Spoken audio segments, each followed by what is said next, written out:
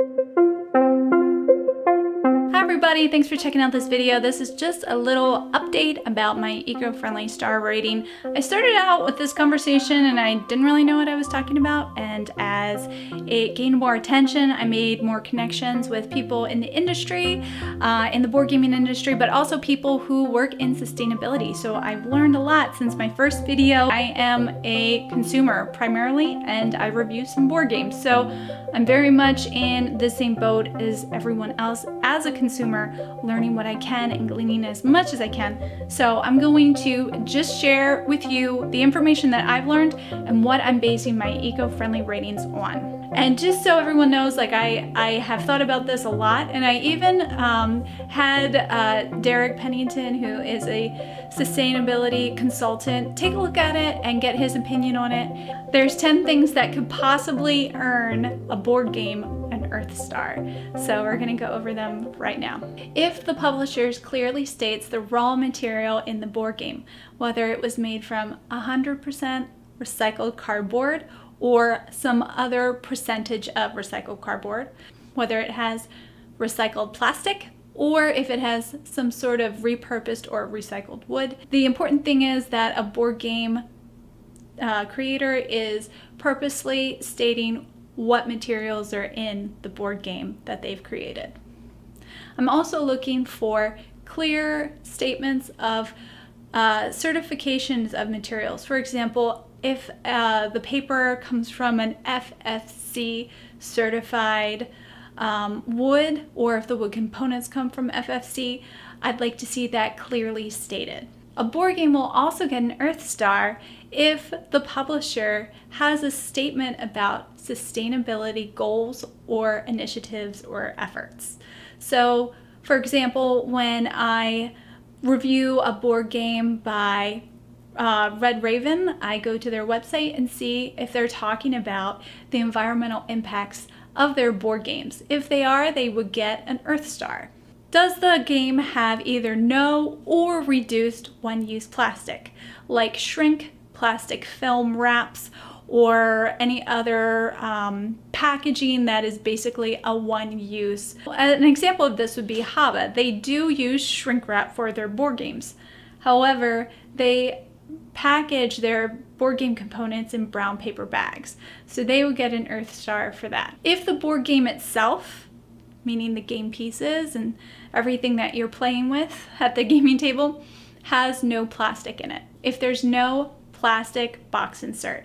The plastic box inserts are normally a black flimsy material that is not desirable for recycling, and so it is essentially just extra plastic. A lot of times board gamers don't even like having those inserts in their boxes, and a cardboard divider would be much more eco-friendly. If the game has no spot UV detailing in it or any plastic added to the ink. So a lot of games are printed with plastic added to the ink to make it more durable, but also to look extra shiny.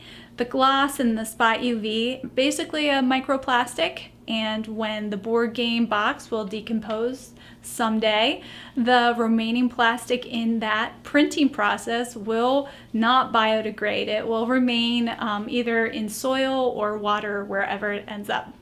Also, because of having that plastic printing on the cardboard itself cannot go in the recycling system. This is something that publishers could easily opt out of, and it's much more eco-friendly. Whenever I see that a board game is designed without that spot UV look or without a high gloss finish on it, then I will give it an Earth Star. I'm also considering the type of ink that is used in the game. If it's a soy or water-based ink or even an algae-based ink, it will get an Earth Star.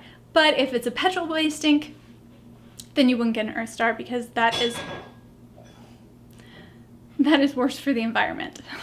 If clean energy is used in the manufacturing or shipping, so say a board game publisher would use electric cars to deliver our other games, or a manufacturer would be using solar power or wind, something of that nature, that would definitely get an Earth Star. If carbon emissions are either reduced or offset.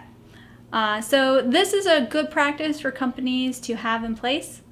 However, they aren't necessarily the most impactful things that you can do for the environment, but it is an easy thing to add on to other things. It's much better for a board game publisher to use FSC certified wood materials, because not harming habitats and old forest growth, which is precious to begin with, that is a much better eco-friendly option than like paying for damage afterwards, which is basically what carbon offsetting is. So if someone is actually offsetting their emissions or reducing their emissions, which is actually really good, I will give an Earth Star for that. This is something I haven't seen any board game publishers do at all, and that is to specify how to recycle their product.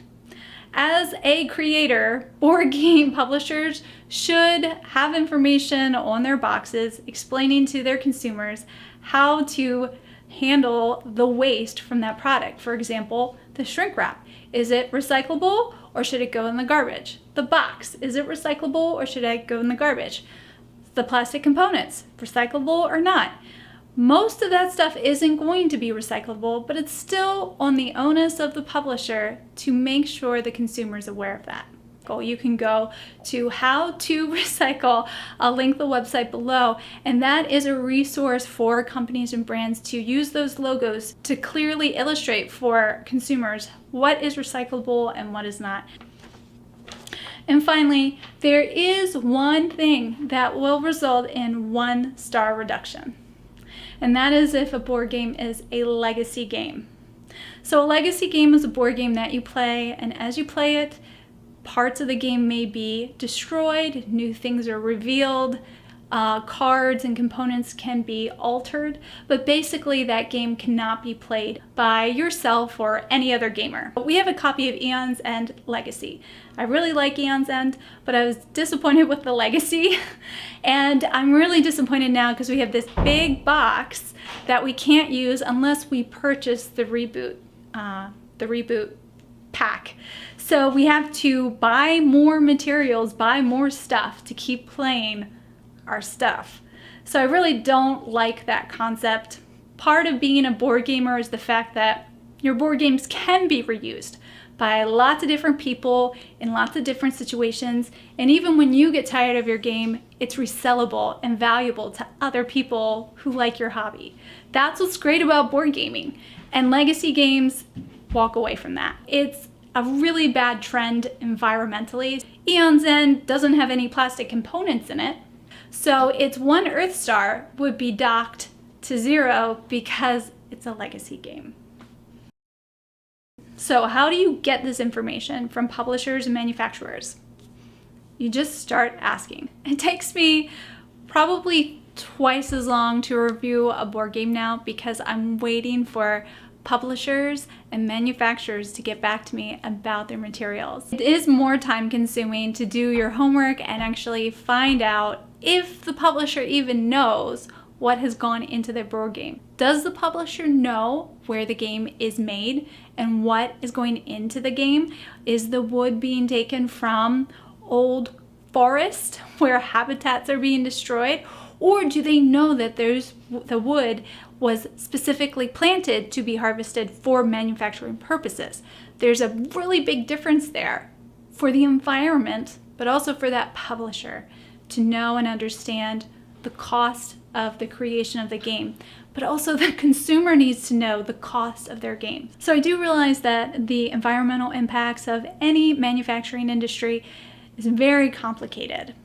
And I'm not saying that I have all the answers here on my little list, but this is a starting point. This is a place where we can all talk about the environmental impacts of our board games and find out what are the possibilities. Is it possible to use more solar energy in the manufacturing of our board games? Is there a way that we can start using only recycled post-consumer plastics in our board games rather than resorting to the cheaper virgin plastics? I think all of these things are within reach. It's just a matter of time. If you would like to take a look at my list, I will have a PDF of it linked in the description box below. If you are a reviewer and would like to start talking about this subject on your channel, feel free to use this as a resource or reach out to me. I'd be happy to answer any questions that you have. Thank you so much for watching this video. I hope you enjoyed it, and I hope you have a great day.